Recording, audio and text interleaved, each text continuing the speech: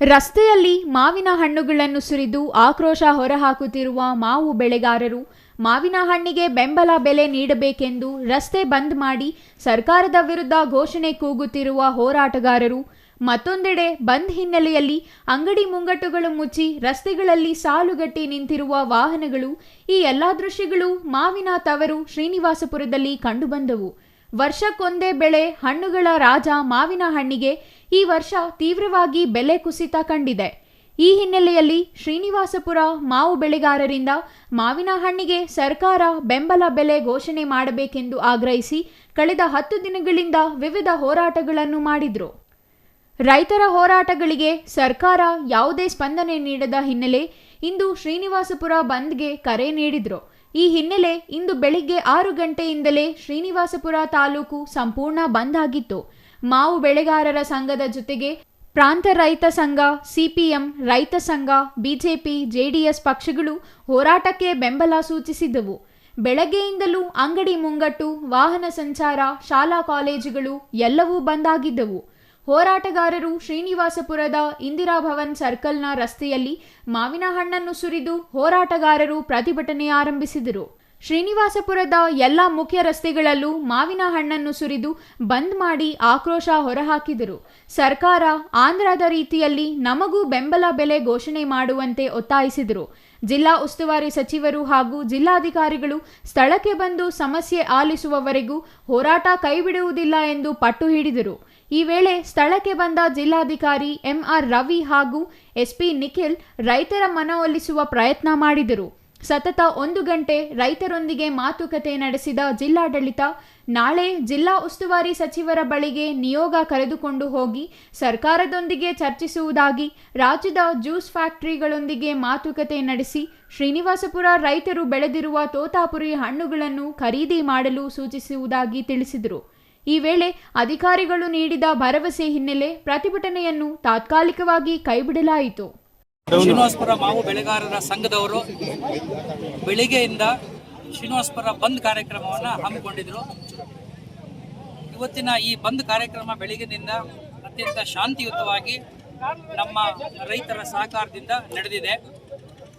ನಮ್ಮ ರೈತರ ಮುಖ್ಯವಾದಂಥ 2 ಬೇಡಿಕೆಗಳೇನಪ್ಪ ಅಂತಂದರೆ, ಈಗೇನು ಮಾವು, ವಿಶೇಷವಾಗಿ ತೋತಾಪುರಿಯ ಮಾವು, ಈ ತೋತಾಪುರಿ ಅಂತಕ್ಕಂಥ ಈ ವೆರೈಟಿಗೆ ಮಾರ್ಕೆಟಿನಲ್ಲಿ ದರ ಕಡಿಮೆ ಆಗಿದೆ.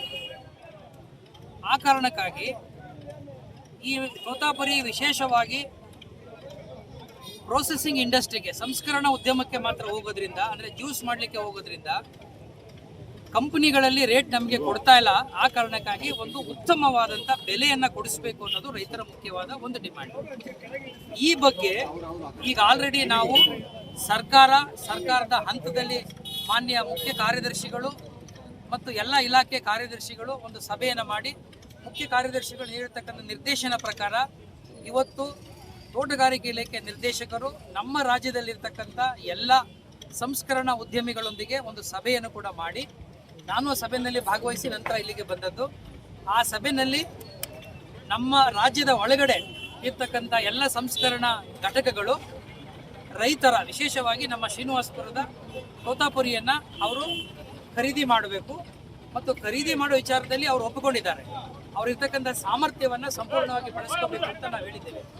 ಮಾವಿನ ಹಣ್ಣಿಗೆ ಬೆಲೆ ಕುಸಿತ ಹಾಗೂ ಮಾವು ಬೆಳೆಗಾರರ ಹೋರಾಟಕ್ಕೆ ಕಾರಣ ಏನು ಅನ್ನೋದನ್ನು ನೋಡೋದಾದ್ರೆ, ಕೋಲಾರ ಜಿಲ್ಲೆ ಶ್ರೀನಿವಾಸಪುರ ತಾಲೂಕು ಒಂದರಲ್ಲೇ ಸುಮಾರು 45,000 ಹೆಕ್ಟೇರ್ ಪ್ರದೇಶದಲ್ಲಿ ವಿವಿಧ ತಳಿಯ ಮಾವಿನ ಹಣ್ಣುಗಳನ್ನು ಬೆಳೆಯಲಾಗುತ್ತದೆ. ಇಲ್ಲಿ ಬೆಳೆಯುವ ವಿವಿಧ ಉತ್ಕೃಷ್ಟ ತಳಿಯ ಮಾವಿನ ಹಣ್ಣುಗಳನ್ನು ವಿವಿಧ ರಾಜ್ಯಗಳಿಗೆ ಹಾಗೂ ಹೊರ ದೇಶಗಳಿಗೂ ರಫ್ತು ಮಾಡಲಾಗುತ್ತಿತ್ತು. ಹೊರ ರಾಜ್ಯಗಳಿಂದ ವ್ಯಾಪಾರಸ್ಥರು ಶ್ರೀನಿವಾಸಪುರಕ್ಕೆ ಬಂದು ಮಾವಿನ ಹಣ್ಣುಗಳನ್ನು ಖರೀದಿ ಮಾಡುತ್ತಿದ್ದರು. ಮಾವಿನ ಸೀಸನ್ ಬೇರೆ ಬೇರೆ ಪ್ರದೇಶಗಳಲ್ಲಿ 1 ತಿಂಗಳು ಹಿಂದು ಮುಂದು ಬೇರೆ ಬೇರೆ ಅವಧಿಯಲ್ಲಿ ಬರುತ್ತಿತ್ತು. ಈ ಬಾರಿ ರಾಜ್ಯ ಹಾಗೂ ಹೊರ ರಾಜ್ಯಗಳಲ್ಲಿ ಬಹುತೇಕ ಏಕಕಾಲಕ್ಕೆ ಮಾವಿನ ಫಸಲು ಬಂದಿರುವ ಹಿನ್ನೆಲೆ ಮಾವಿನ ಹಣ್ಣಿಗೆ ಬೇಡಿಕೆ ಕುಸಿತ ಕಂಡಿದೆ.